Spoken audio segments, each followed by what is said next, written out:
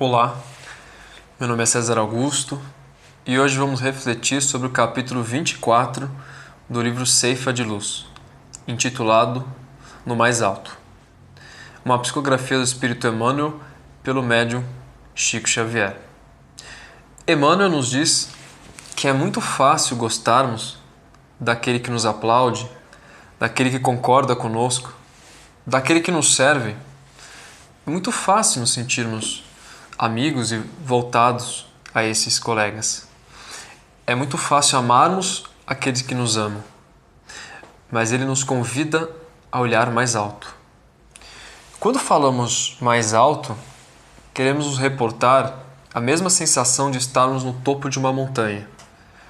Quando estamos no topo desta montanha, o caminho parece muito mais fácil, porque conseguimos enxergar exatamente aonde temos que ir, diferente se estivéssemos lá.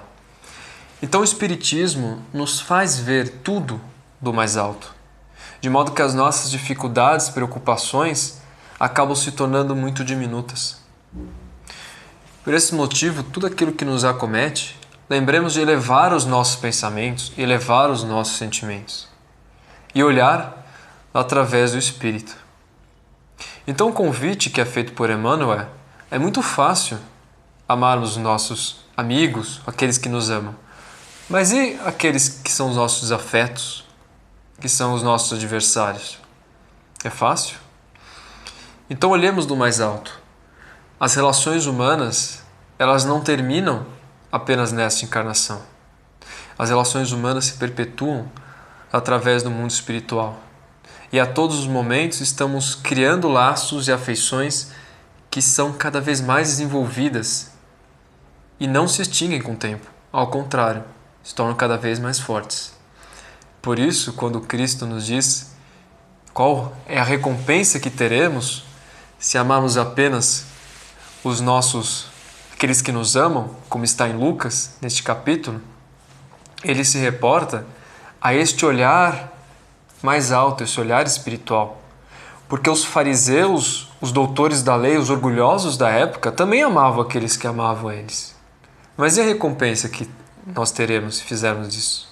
Então, o Cristo nos conclama a amarmos também os nossos inimigos. Até então, ninguém tinha tido essa coragem de falar para amar os inimigos. Imagine naquela época, que os homens eram muito mais rudes, os costumes também, as leis mosaicas. Como eu posso amar o meu inimigo? E a questão da honra, onde fica? Só que o Cristo fala, somente assim nós seremos reconhecidos e chamados de filhos do Altíssimo. Não quer dizer que nós não sejamos filhos de Deus, pois todos somos. Mas o verdadeiro filho é aquele que honra a seu Pai, através dos seus mandamentos. E se queremos, de fato, misericórdia, também temos que agir com misericórdia.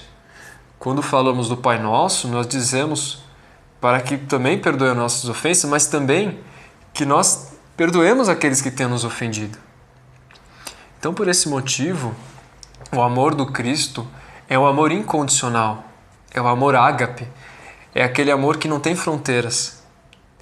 E se quisermos evoluir no caminho espiritual, temos que entender que isso deve ser elevado cada vez mais. E aí entramos na questão da recompensa, porque o Lucas diz, se você só amar aquele que vos amam, qual será a sua recompensa? E o que é recompensa? Podemos entender recompensa como tudo aquilo que é fruto da nossa obra. Mas o Evangelho segundo o Espiritismo diz, também o Livro dos Espíritos, que a obra por si só não é suficiente. É preciso também levar em conta a intenção que está por detrás do bem que foi feito e a retidão daquilo que está sendo de fato obrado. Porque qualquer um pode fazer uma obra e se valer de si com orgulho. Qualquer um pode falar, olha o que eu fiz para que os outros possam ver. Mais importante do que tudo é a intenção e a retidão das atitudes. E recompensa, ela, na sua etimologia, na sua origem da palavra, ela nos ensina muitas coisas. Porque recompensa vem de re, que significa novamente. O re significa dizer que a todo momento nós estamos recebendo a nossa recompensa.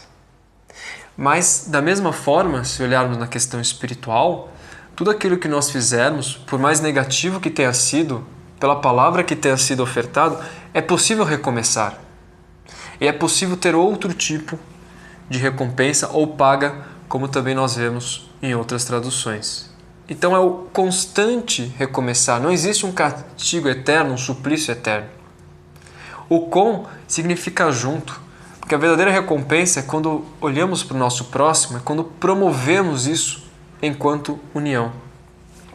E o pensar vem de pensar, da mesma forma de pensar quando nós refletimos sobre algo.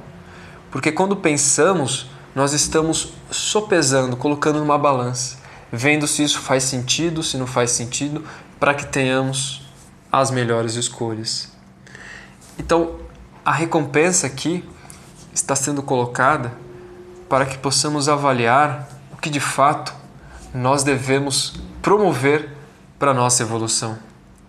E nessa perspectiva do olhar mais alto, quando vemos o Evangelho segundo o Espiritismo, no título A Verdadeira Propriedade, no capítulo Não Pode Servir Deus e a Mamon ao mesmo tempo, né?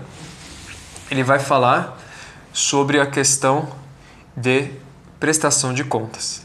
Ou seja, todos nós teremos que prestar contas, ninguém vai sair ileso disso. É o que chamamos do juízo final. Mas esse juízo final não é algo definitivo. Todos os dias ele acontece, porque o nosso tribunal verdadeiro é a nossa consciência. Nós temos o livre-arbítrio. A prestação de contas acontece a todos os momentos. Sabemos pela doutrina espírita que o nosso perispírito, nosso corpo espiritual, armazena todas as nossas experiências. Então, a todo momento, nós estamos absorvendo as experiências e nós iremos prestar conta disso. Até mesmo do nosso corpo, que não nos pertence. Nós somos apenas usufrutuários. Tudo que fizermos com o nosso corpo, nós também responderemos. E aí verificamos casos de abuso de tabagismo, de álcool, espíritos que quando reencarnam com asma, com problemas pulmonares, com problemas digestivos e tantas outras mazelas pelo abuso do corpo. Tudo que fizermos, teremos a recompensa, boa ou negativa, em conformidade com aquilo que estamos aplicando. Da mesma forma, os desequilíbrios mentais, que são frutos de escolhas, que são frutos da desconexão com a nossa natureza, com o amor, com o nosso próximo. Então, a diretriz do Cristo é uma diretriz de olhar mais alto. É perdoar aquele que ofende. É ser indulgente com aquele que está com dificuldade. É ser benevolente para com todos. E isto é a lei de caridade. Caridade é benevolência para com todos, indulgência para com as fraquezas alheias e perdão das ofensas, de acordo com o Livro dos Espíritos. E a justiça só se faz presente através do amor e da caridade. Não existe justiça sem amor e sem caridade. Por isso, lei de amor, justiça e caridade. E para dar um exemplo a vocês, que está no livro Palavras de Vida Eterna, no capítulo Diante da Justiça, Jesus, mesmo com a imprudência de Judas, ele vai abençoá-lo. Jesus não condena Judas, ele abençoa, ou seja, ele age com benevolência. E segue adiante, de acordo com Emmanuel. Seguir adiante significa que ele perdoou. Porque quando nós não perdoamos, nós não seguimos adiante. Nós ficamos naquele ponto, aquilo remói, aquilo nos corrói por dentro. E o Cristo sabia que Judas tinha questões suficientes de arrependimento do seu infortúnio para ter que ter qualquer tipo de condenação. Ou seja, a indulgência de olhar aquele espírito que passava por sofrimento e entender que cada qual tinha o seu tempo de despertar e ter a consciência. Por isso também que falamos que devemos reconciliar com o nosso adversário antes de tudo. Isso está nas Escrituras. Antes de oferecer, de estar diante do altar, reconcilia-te depressa com o teu adversário. Senão, ele vai te reportar ao juiz e você será reportado ao oficial de justiça que depois será trancafiado na cadeia. Essa cadeia física não é nossa consciência. É levarmos a mágoa, o rancor conosco, sentirmos aquele peso. Essa é a cadeia. Quanto mais reconciliarmos com o adversário, perdoarmos, mais estaremos de fato leves. E para concluir este capítulo, Emmanuel vai nos lembrar da importância de negar-se a si mesmo, de abnegação. Porque é muito fácil nos sentirmos lisonjeados, agradáveis por tudo aquilo que conserva a nossa personalidade, mas não é o suficiente. O que ele nos conclama é a construção do reino de amor, do reino dos céus. E isso só é possível se trabalharmos o nosso orgulho e olharmos mais alto, com os olhos da alma, com os olhos do Espírito.